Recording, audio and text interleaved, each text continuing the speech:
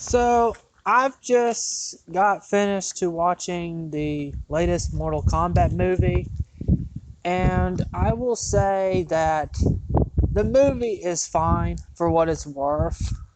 And my first impressions within the first hour or two when watching it, I actually quite enjoyed it a lot. Um, but I have a few dip impressions with how I feel about the movie now. It's not like I don't I don't I'm not sure if I'm getting the sense that it's going to be like my impressions are going to really go down. I don't feel as if this is the kind of movie where my expectations are just going to lower down, because the plot's pretty simple enough, or too simple for me to have much expectations lowering down. A lot of that is plots that go too far into ideas. This one didn't go too far in too many of like decisions and all, and where directions are going. But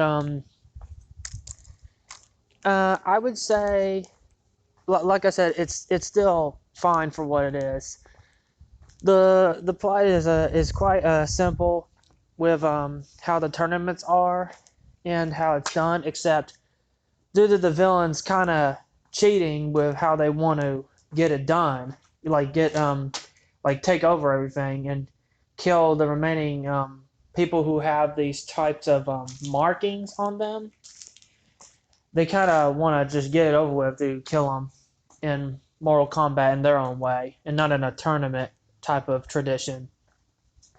Um, there are a lot of interesting things that this film probably could have done a lot better, but I will say a lot of the cast, they did pretty good for what they were offered. Um, the one who played Kano was excellent in it. Other actors did pretty good as well. Uh, even though even though the old Liu Kang in the 1995 live action film, the original live action movie, it will always be seen as the iconic Liu Kang. This one did pretty good, but I don't see him topping the previous one. Uh, the one who plays Sonya was fine. Uh, Let me think. Jax was fine, and the villains were okay. But the gripes I have with it is more so just its fundamentals with who they're having as the lead character, and it wasn't because they don't have Liu Kang as the main character. That actually wasn't my problem. My problem with the character that they have for this is the fact that okay, the character's name is Cole, basically, and the actor's performance, I felt as if he couldn't do much emotional value with what he had to offer. He just more so had to just perform the stunts in what he wanted to do. And I'm not like his sense of how he reacts to being afraid of the situations he's in, since he's supposed to be a regular guy like everyone else. He felt too much like a custom character, except with the fact that he has a family and all. Besides from that, he felt too custom as a as how you would make a avatar character in the games type of way. Um, and they could have done a lot with him. And I was the biggest letdown for me was how Cole was handled, because the beginning of the movie, this was actually a pretty interesting beginning that they set up here.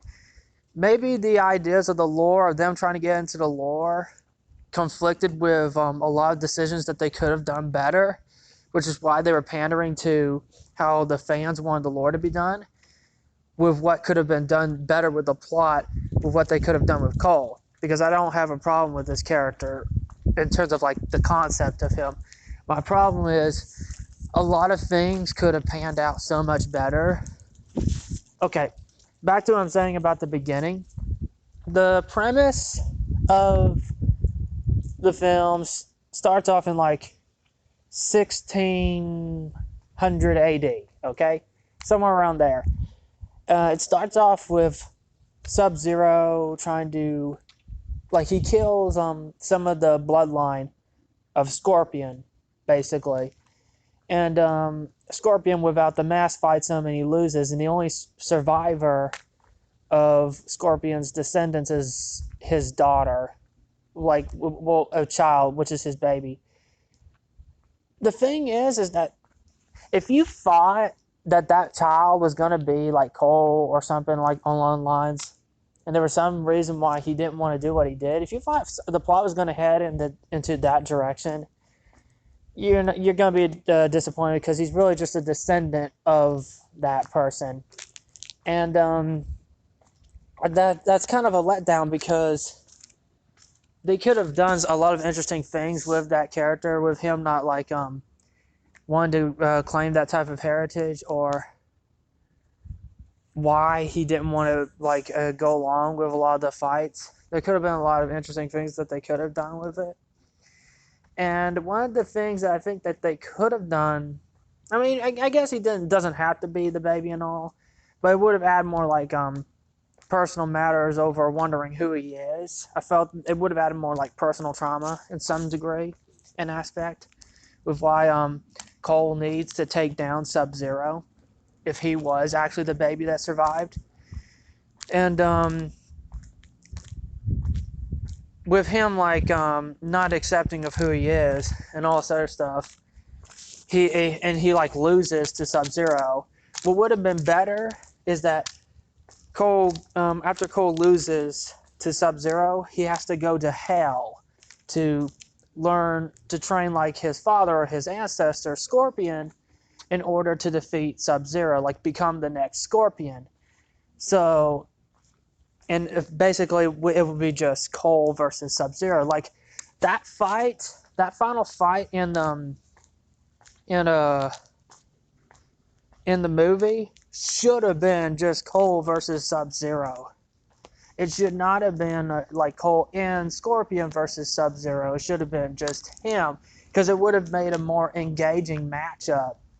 I felt as if they got too much into that. Like it kind of like it came out of nowhere. Like I don't even know for sure if the plot even established how Scorpion got out of hell and all, but it really didn't make much sense to me. It just came out of nowhere. Like, oh my goodness, Scorpion's here to fight Sub-Zero.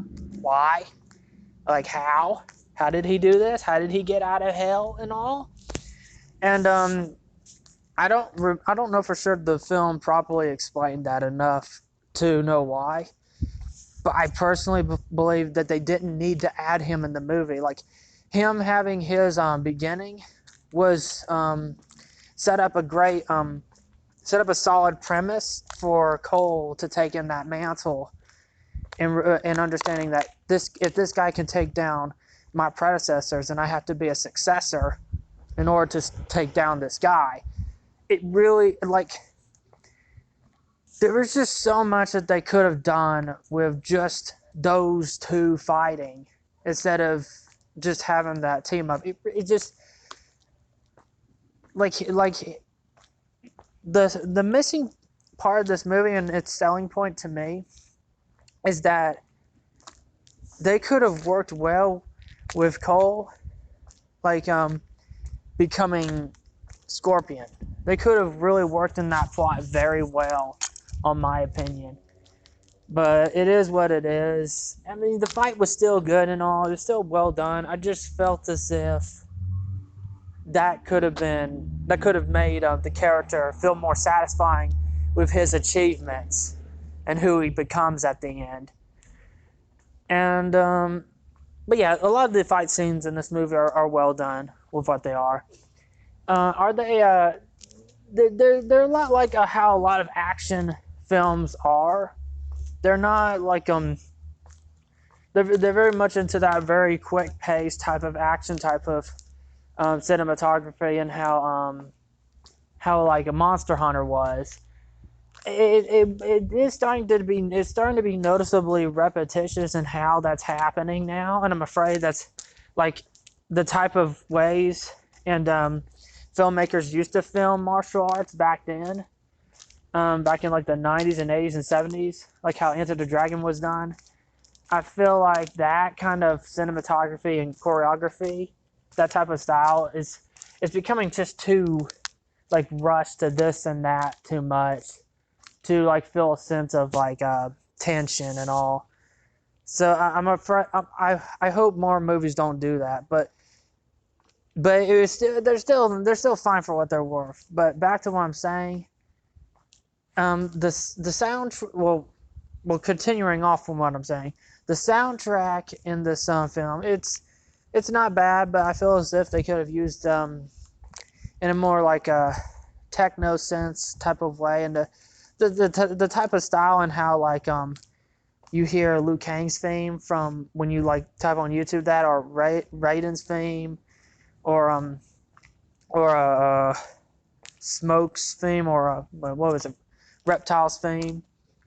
A lot of stuff like that could have worked very well.